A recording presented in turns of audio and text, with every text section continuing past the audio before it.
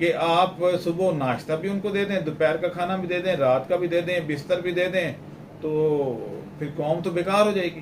تو ان کو یوٹیلائز کریں, ان کو کھانا ضرور دیں. میں یہ نہیں کہتا کہ آپ ان کی ہیلپ نہ کریں, لیکن ان سے کوئی کام بھی لے لیں, اسائنمنٹ دیں.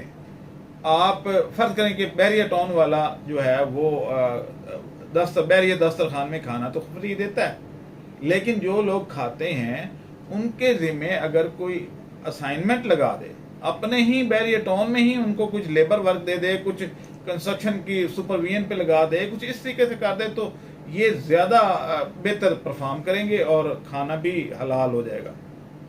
ڈاکٹر صاحب اس میں منیمم ایج جو ہے وہ پھر 65 ہوگا؟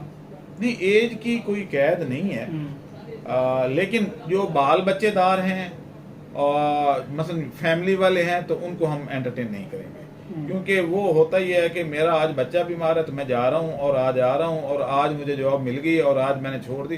تو وہ اپنی فیملی کو پالیں, کام کریں کسی اور جگہ. وہ تو معاشرے کا کرامت شہری بنے نا.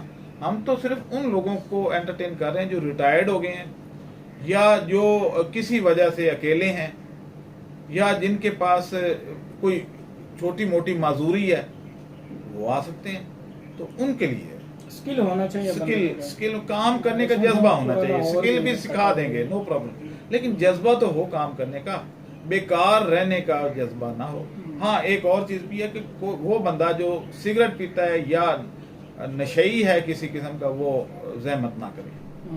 اچھا ڈاکٹر صاحب, تنخواہ کیا دیں گے؟ ہاں, اس میں تنخواہ کوئی نہیں ہے, کوئی تنخواہ نہیں ہے.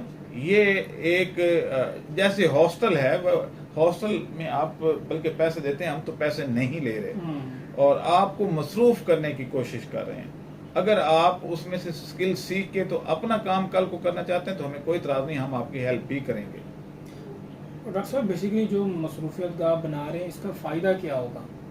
اس کا فائدہ یہ ہوگا کہ وہ طبقہ جو بالکل بیکار ہو گیا ہے لیکن سکل رکھتا ہے, پڑھے لکھے بھی ہیں, اچھا بول چال بھی ہے, انگلش بھی اچھی جانتے ہیں, تو ہم جو دوسرے ملکوں سے کمیونیکیٹ کر رہے ہیں تو ان کو جیسے کوئی پروجیکٹ آتا ہے تو پروجیکٹ کی پرپوزل بنا سکتے ہیں. وہ جیسے PC1 کئی لوگ بناتے ہوں گے سرکاری جاب میں, تو جو بھی پروجیکٹ ہے پہلے PC1 بنتا ہے, تو ان کا تجربہ بھی ہوتا ہے. تو ہمارے پاس یونیورسٹی کے پروجیکٹ آتے ہیں, آؤٹ آف کنٹری سے کافی پروجیکٹ, جیسے ابھی ہم ایک شریم فارم بنا رہے ہیں دبئی میں, تو اس کا سارا ڈرائنگ یہ وہ اگر وہ اس طرح کا جانتے ہیں تو ان کو اس کام پہ لگا دیں گے, اور اسی طریقے سے اس کا پیپر ورک وہ کریں, کمپیوٹر ہم دے دیں گے ان کو ویل اکوپڈ تو ہم کر دیں گے, لیکن یہ مت سوچیں کہ وہ تنخواہ پہ آ رہے ہیں.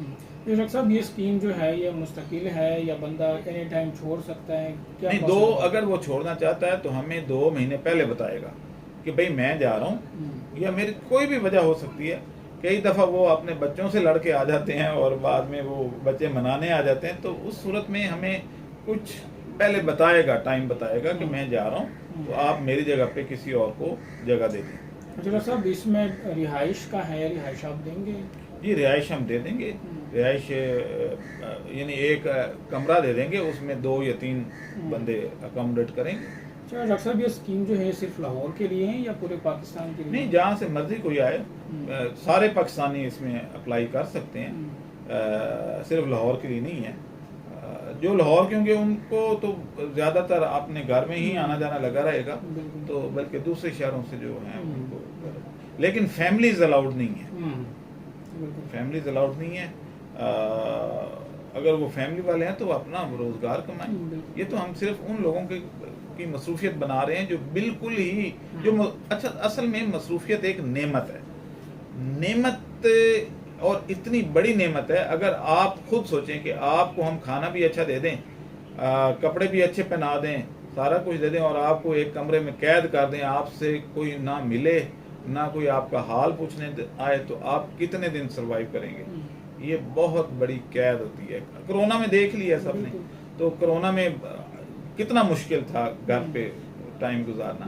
تو اس کرونا کو دیکھ کے ہی ہم نے یہ سوچا کہ یار ان کا دکھ کتنا بڑا ہے جو اپنے گھروں میں اکیلے پڑے ہیں, تو ان کو مصروفیت دینے کا پروگرام بنایا, اور ان کی جو سکلز ہے اس سے مستفید ہونے کا پروگرام ہے یہ, کہ اس سے ملک کو بھی فائدہ ہوگا اور کیونکہ ہم اگر کوئی انوینشن کرتے ہیں تو ہم وہ آگے ٹرانسمٹ کر دیتے ہیں عوام میں، ہم اپنے پاس نہیں رکھتے. اس حکیم کی طرح نہیں ہم جو کشتہ بنا کے تو نسخہ ساتھ قبر میں لے کے جاتا ہے.